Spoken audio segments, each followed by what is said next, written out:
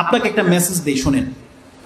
এমন কোন ব্যক্তি আছে আপনি যখন জানবেন আপনি অনেক বড় পাপী, তারপরেও আল্লাহ আপনাকে ক্ষমা করবে একটা কারণ থাকলে, ওই কারণটা নিয়ে কি আপনি মরতে চান? কারা কারা আছেন বলেন তো দেখি। আপনি অনেক বড় পাপী, পাপ থাকার পরেও এমন একটা কারণ যদি আপনি নিয়ে মরতে পারেন, আপনার পাপ থাকা সত্ত্বেও আপনি নাজাত পাবেন। কে আছে সেই ব্যক্তি যে সেই কারণটা নিয়ে মরতে চায়? আপনারা কি বোঝেন নাই কথা? আপনাদের মধ্যে এমন কোন পাপী আছেন যে আপনার পাপ আছে তারপরও নাজাত চান, মুক্তি চান? আছেন কেউ এরকম? এই কয়জনই মাত্র মুক্তি চান, আর বাকি সব মুক্তি চান না?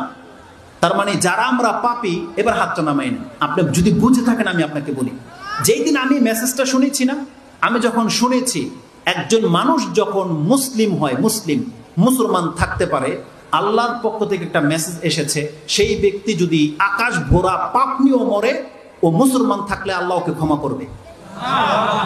ও যদি চরম পাপীও হয়, আল্লাহ বলেছেন ওর পাপী হলেও, ও মুসলিম হলেও ওকে আমি একদিন ক্ষমা করবই করবো, আল্লাহ বলেছেন।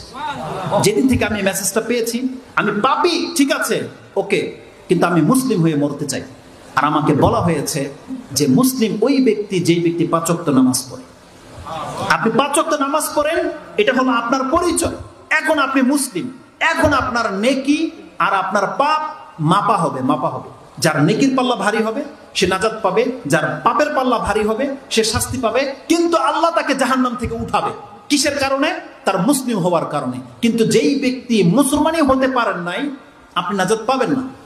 আপনার পাপ হয়তো আমার চেয়ে হালকা, কিন্তু আপনি নাজাত পাবেন না শুধু মুসলমান না হওয়ার কারণে। আর আপনি জেনে নেন, বেনামাজিকে মুসলমান বলা হয় নাই। বেনামাজি যে নামাজ পড়ে না, মুসলমানের কাতারে তার নামই নাই, হাদিসের কিতাবে নাই। কোন ইমাম, কোন হুজুর যদি আপনাকে মুসলমান বলে দেয়, বলে দিতে পারে, কিন্তু কোরআন হাদিসে আপনার নাম মুসলমানদের খাতায় লেখা হয়নি। আসুন আমি আপনাকে 2টা হাদিস বলি। ইমাম মুসলিম তার ইমানের অধ্যায় হাদিস এনেছেন, জাবের রাদিয়াল্লাহু তাআলা তার বর্ণনাকারী, তিনি বলছেন, ক্বালা রাসূলুল্লাহ সাল্লাল্লাহু আলাইহি সাল্লাম, ইন্না বাইনার রাজুলি ওয়াল কুফরি ওয়াশ শিরকি তারুকাস সালাহ। একজন আল্লাহর বান্দা আর কুফরি এবং শিরকের মাঝে পার্থক্যকারী হচ্ছে নামাজ। ফামান তারাকাহা ফাকাদ কাফারা, যেই ব্যক্তি নামাজ ছেড়ে দিল সে কুফরি করলো। এই হাদিসটা ইমাম মুসলিম তার ইমানের অধ্যায়ে এনেছে। এই হাদিসটা আপনি পেয়ে যাবেন 148 এবং 149। ইমাম তিরমিজি রাহিমাহুল্লাহ তিনি তার কিতাবের ইমানের অধ্যায়ে 26-18 তাতে তিনি বলেছেন, তিনি সেখানে শুধু রাজুল বলে নাই, তিনি বলেছেন বাইনাল কুফরি ওয়াল ঈমান তারুকাস সালাহ, ঈমান এবং কুফরের মধ্যে পার্থক্যকারী হচ্ছে নামাজ। তা নামাজ ছেড়ে দেওয়াটাকে কুফরি বলা হয়েছে। ইমাম নাসাই কোট করেছেন, তিনি বলছেন লাইসা বাইনাল আবদি ওয়া বাইনাল কুফরি শাইউন ইল্লা তারুকাস সালাহ। একজন বান্দা আর কাফেরের মাঝে অন্য কোনো ইবাদত পার্থক্যকারী নাই, একমাত্র নামাজ ছেড়ে দেওয়াটাকে কুফরি বলা হয়েছে। যেই ব্যক্তি নামাজ পড়বে সে মুসলিম, যেই ব্যক্তি নামাজ পড়বে না সে কাফের, এইভাবে বলা হয়েছে। আর এই ব্যাখ্যাটা ওমর রাদিয়াল্লাহু তাআলা আনহু কিভাবে গ্রহণ করেছিল, ওই কথাটা বলে দিয়ে আমি আমার বক্তব্য শেষ করে দেব। ওমর রাদিয়াল্লাহু তাআলা আনহু সম্পর্কে তো আপনারা জানেন তিনি কে ছিল, যাকে দেখে শয়তান পালায় বলা হয়েছে। যিনি ইসলামটাকে, যার মাধ্যমে এত শক্তিশালী করা হয়েছে, তার ইতিহাস কি? তার ফজরের সালাতে তাকে চাকু মেরে আঘাত করে দেওয়া হয়েছে, কয়েকটা আঘাত করা হয়েছে বিষাক্ত চাকু দিয়ে, ড্যাগার দিয়ে। ওই আঘাতেই তিনি শহীদ হয়েছেন, কিন্তু তার মরতে 1-2 দিন বাকি ছিল। এই 2 দিনের ঘটনা যা ঘটেছে সেটা আমি আপনার কাছে বলে দিই। এই হাদিসটা ইমাম সুনানুল কুবরা লিল বাইহাকিতে 6499 এসেছে, এবং হাদিসটা আপনি মুসনাদে মুআত্তা মালিকে 51 নম্বরে পেয়ে যাবেন। মুআত্তা মালিকে 91 বললাম, আর সুনানুল কুবরাল বাইহাকি 6499 বললাম।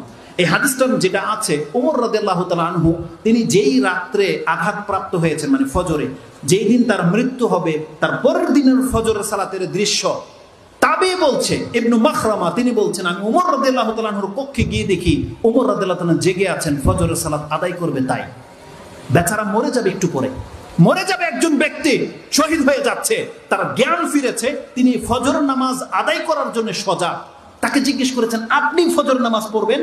তিনি ওমর রাদিয়াল্লাহু তাআলা তখন যেই কথাটা বলেছিল যে কেন আমি এখন ফজর নামাজ পড়ব, একজন মুসলিমের ঈমান কি জিনিস, তিনি ওমর রাদিয়াল্লাহু তাআলা বলছেন, তোমরা ভালো করে মেসেজটা স্মরণ করে রাখো।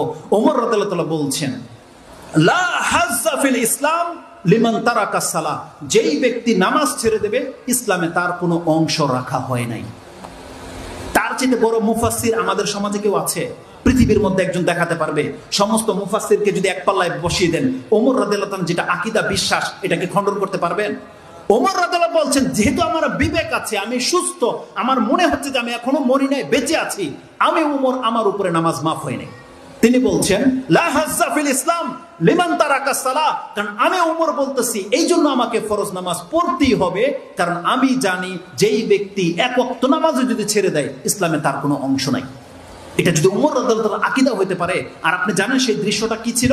ইমাম মুয়াত্তা মালিক যেই কথাটা উল্লেখ করেছে যে ওয়াজুরহু সাবগুদ্দাম, তার ক্ষত রক্ত ঢেলে দিচ্ছে, রক্ত ঝরছে, কিন্তু তখনও তিনি নামাজ আদায় করতেছেন। কেন? তিনি আল্লাহর কাছে মুসলিম হয়ে মরতে চেয়েছিলেন।